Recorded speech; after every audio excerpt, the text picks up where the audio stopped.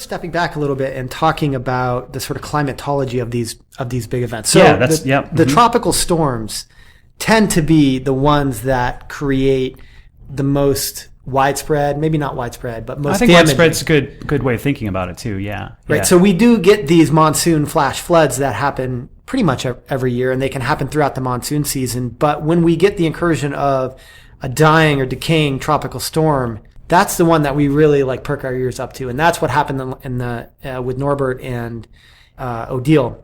That tends to happen in September and October. Yeah. Oh, yeah. Absolutely. Climatologically. Yeah. The peak of the tropical storms tend to be in July and August, but those tropical storms tend to be steered toward Hawaii, steered westward. So they form in the warm waters of the East Pacific. At that time of the summer, that area is under easterly flow. That's right. So again, the storms are being directed out westward.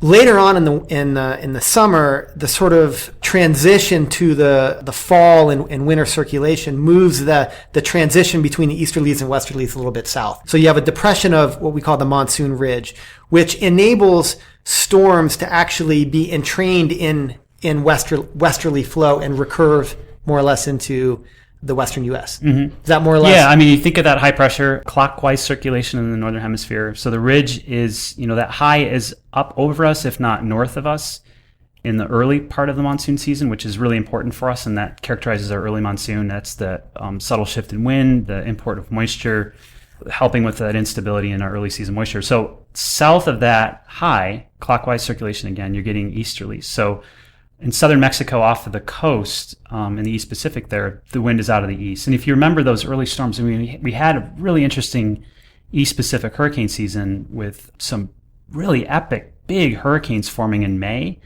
and some other Category 5 hurricanes in the East Pacific, and then some real strong pushing westward hurricanes, one, maybe two. I know one for sure. The eye actually crossed the big island of Hawaii, which apparently has never happened before or hasn't happened in a long time. I'm not sure the records on that. So that in itself is a rare event. So that's the early season. Right. And then that progression, just like you said, is that retreat of the monsoon ridge as you get later into August, earlier in September, you start to have more of you're now on the west side of that high pressure system. So your wind sort of shifts more now to the south and can redirect those storms more towards the northwest, north, and even northeast, depending on that position of the high. In September and October, based on this study done by Wood and Ritchie, about 37% of the tropical storms form in September and October, but account for 58% of the ones that strike land. So it's disproportionate because of what you just talked about.